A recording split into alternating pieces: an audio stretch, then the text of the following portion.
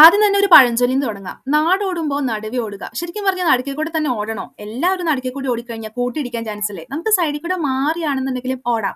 പറഞ്ഞു വരുന്നത് ഇപ്പൊ എല്ലാവരും കണ്ണും പൂട്ടിയടിച്ച് ഫോളോ ചെയ്യുന്ന ഓരോ ട്രെൻഡും ഫാഷൻസിനെ കുറിച്ച് തന്നെയാണ്.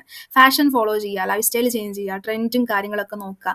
അങ്ങനെ ഒരു ലൈഫ് സ്റ്റൈലും കാര്യങ്ങളൊക്കെ എല്ലാവരും ചെയ്തുകൊണ്ടിരിക്കുന്നുണ്ട്. പക്ഷേ ഇതിന് കുറച്ച് നെഗറ്റീവ് സൈഡ് ഉണ്ട്. കുറച്ചെന്നല്ല, നെഗറ്റീവ് സൈഡ് ഇല്ലാത്ത ഒരു സംഭവം പോലും ഇല്ല. അപ്പൊ ഇതിനും ഉണ്ട്. അത് തന്നെയാണ് നമ്മൾ ചർച്ച ചെയ്യാനായിട്ട് പോകുന്നത്. സിമ്പിൾ ആയിട്ട് പറയുകയാണെന്നുണ്ടെങ്കിൽ ഇപ്പോ ഒരു ചെരുപ്പ് വന്നു. നമുക്കത്ര കംഫോർട്ട് ഒന്നുമല്ല. പക്ഷേ എല്ലാവരും ഇടുന്നുണ്ട്. അത് ഇപ്പോഴത്തെ ഒരു ട്രെൻഡിങ് മോഡലാണ് എന്ന് കരുതി അതിങ്ങനെ കഷ്ടപ്പെട്ട് ധരിച്ചുകൊണ്ട് നടക്കുന്നതിൽ വല്ല കാര്യമുണ്ടോ? മറ്റുള്ളവർ നമ്മളെക്കുറിച്ച് ഇങ്ങനെ വിചാരിക്കണം. മറ്റുള്ളവർ കാണുമ്പോൾ ഒരു ഇത് വേണം എന്ന് കരുതി നമുക്ക് കംഫോർട്ട് അല്ലാതെ ഇങ്ങനെ അഡ്ജസ്റ്റ് ചെയ്ത് ധരിക്കുന്നതിന് ഫാഷൻ എന്ന് പറയാൻ പറ്റുമോ? അതാണോ ട്രെൻഡ് ഫോളോ ചെയ്യുന്നത്? അങ്ങനെയാണെന്നുണ്ടെങ്കിൽ അതിൽ പ്രത്യേകിച്ച് അർത്ഥവും കാര്യമൊന്നുമില്ല. ശരിക്കും പറഞ്ഞു കഴിഞ്ഞാൽ നമുക്ക് കംഫോർട്ട് ആയത് ധരിക്കുന്നതാണ് നമ്മുടെ ഫാഷൻ എന്ന് പറയുന്നത്. അങ്ങനെ എല്ലാവരും ഒന്ന് കാണാനായിട്ട് പഠിക്കുകയാണെന്നുണ്ടെങ്കിൽ കുറെയൊക്കെ നമ്മുടെ കയ്യിലെ പൈസയും നിലനിൽക്കും. ആവശ്യമില്ലാത്ത കാര്യങ്ങൾ നമ്മുടെ കയ്യിലും ഉണ്ടാവില്ല. നമ്മളെപ്പോഴും ടോപ്പ്, ദ ബെസ്റ്റ് എന്ന രീതിയിൽ തന്നെ നോക്കിക്കൊണ്ടിരിക്കുന്നത് നമുക്ക് ചിലപ്പോൾ ഒന്നും മാച്ചിങ് ആയിരിക്കണം എന്നില്ല. നമുക്ക് ചേർന്നത് തിരഞ്ഞെടുക്കുക. ആ ഒരു കംഫർട്ടും സാറ്റിസ്ഫാക്ഷനും അനുഭവിക്കുക. അത് തന്നെയാണ് ഓരോരുത്തരുടെയും ഫാഷനും എന്നൊക്കെ പറയുന്നത്. അപ്പോൾ ഇതിൽ ഉറച്ചു നിൽക്കുകയാണെന്നുണ്ടെങ്കിൽ ഒരു ട്രെൻഡിൽ നമ്മൾ വീഴാൻ നിൽക്കില്ല. ട്രെൻഡിൽ വീഴുന്ന എന്താ പ്രശ്നം? ഇതൊക്കെ എല്ലാവരുടെയും ഇഷ്ടങ്ങളല്ലേ? ശരിയാണ്, ഇഷ്ടങ്ങളാണ്. പക്ഷേ ഒരു 3-4 ജോഡി ചെരുപ്പുള്ള ആള് ഇതൊരു മോഡലാണ്, ഇപ്പോഴത്തെ ട്രെൻഡാണെന്ന് കരുതി അടുത്തതും കൂടി വാങ്ങുന്നതിൽ പ്രത്യേകിച്ച് വലിയ ഉപയോഗമൊന്നുമില്ലല്ലോ. എന്തിനാ വെറുതെ അത്രയും പൈസ കളയുന്നത് എന്നും നമുക്ക് ചോദിക്കാം. ശരിക്കും പറഞ്ഞാൽ ഒരു കാര്യത്തിൽ പല അഭിപ്രായങ്ങളുണ്ട്. ഏത് വേണമെന്ന് നമ്മുടെ സാഹചര്യം അനുസരിച്ച് നമ്മൾ തന്നെ ചൂസ് ചെയ്യാണ്. പക്ഷേ ടോട്ടലി ഒരു ജനറലി നോക്കുകയാണെന്നുണ്ടെങ്കിൽ ഇപ്പോൾ ഉള്ള ഓരോ ട്രെൻഡും അത് നമ്മളെ ഓരോ അർത്ഥത്തിലും ഡ്രെയിൻ ചെയ്തുകൊണ്ടിരിക്കുകയാണ്. ഇപ്പം നമ്മുടെ ഫിനാൻഷ്യലി ആണെങ്കിലും നമ്മുടെ ടൈം വൈസ് ആണെന്നുണ്ടെങ്കിലും എങ്ങനെയാണെന്നുണ്ടെങ്കിലും അതൊക്കെ ഡ്രെയിൻ ചെയ്യുകയാണ്. ഇപ്പോൾ സോഷ്യൽ മീഡിയ ഉപയോഗിക്കുന്ന തൊട്ട് ഓരോ കാര്യങ്ങൾ വരെ.